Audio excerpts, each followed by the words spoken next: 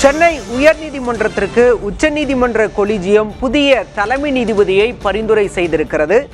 அண்மை செய்தியாக பார்க்கிறோம்.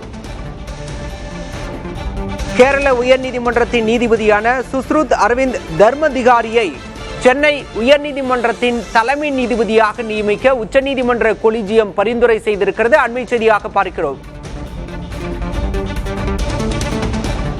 விவரங்களோடு செய்தியாளர் ராஜு இணைந்திருக்கிறார். ராஜு, கூடுதல் விவரம்.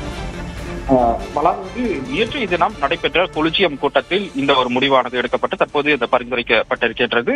அதாவது கேரள உயர்நீதிமன்றத்தினுடைய நீதிபதியான நீதிபதி சுஷ்ரிந்த் அரவிந்த் தர்மாதிகாரி தற்போது சென்னை உயர்நீதிமன்றத்தில் தலைமை நீதிபதியாக நியமிக்க அந்த பரிந்துரையானது வழங்கப்பட்டிருக்கின்றது. அதே போல கொலிஜியத்தினுடைய அந்த கொள்கை அடிப்படையில் பஞ்சாப் மற்றும் ஹரியானா உயர்நீதிமன்ற நீதிபதியான திருமதி நீதிபதி லீலா சிக்கலை ஆந்திர பிரதேசத்தினுடைய அந்த உயர்நீதிமன்றத்திற்கு மாற்றவும், அதே போல பல்வேறு நீதிபதிகளுடைய அந்த பதவி காலம் நிறைவடையும் நிலையில் அதற்கான சில மாற்றங்களை பரிந்துரைக்க போவதாகவும் கொலிஜியம் உச்சநீதிமன்றத்தினுடைய கொலிஜியமானது தற்போது அந்த முடிவை எடுத்திருக்கின்றார்கள்.